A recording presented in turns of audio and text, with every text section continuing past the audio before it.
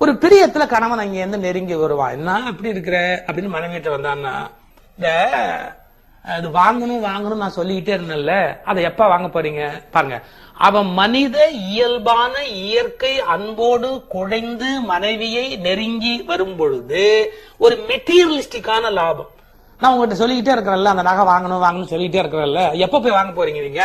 போங்க முதல்ல அதை வாங்கிட்டு வாங்க, அப்புறமா பேசுவோம், போங்க போயிட்டு வாங்க அப்படின்னு பாருங்க.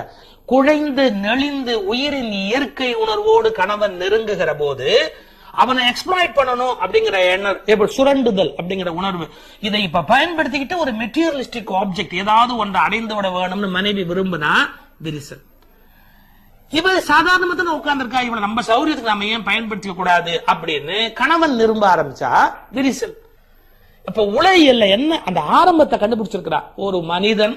இது நட்புக்கே பொருந்தும். நான் கணவன் மனைவிங்கிறதுக்காக ஸ்பெஷலா சொல்றேனே பொருளே இல்லை.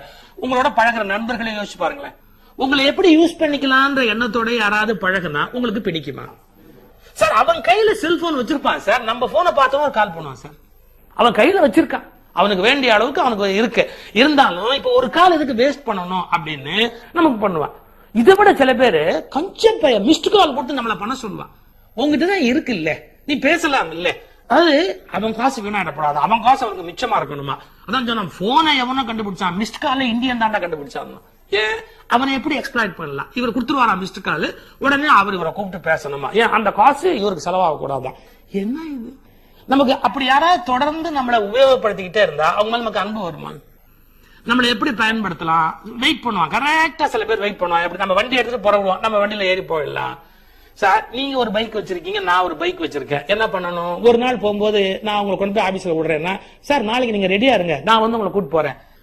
அப்ப என்ன ஆடுன்னு கேட்டா அந்த நட்பு இறுகிட்டே வரும். நான் உன்னை எப்படி யூஸ் பண்ணலாம்னு நினைச்சா பொருள் ரீதியாக, அதாவது மெட்டீரியலிஸ்டிக், அதாவது இந்த உலகத்தில் உலகாயுத விஷயங்களுக்காக பிறரை பயன்படுத்தி கொள்ளுதல். அப்புறம் இன்னும் சில பேர் நல்ல நட்பா இருக்கும், ரொம்ப அன்பா சிரிச்சு பேசி பழகிட்டு இருப்போம். அதை வச்சு நம்மளை எக்ஸ்ப்ளாய்ட் பண்ணுவாங்க. எப்படி பழகுவாங்க தெரியுங்களா? உங்களுக்கு ஒரு 10 பேர் 15 பேர் தெரியும் இல்லையா, நீங்க ரொம்ப பெரிய மனுஷன் இல்லையா?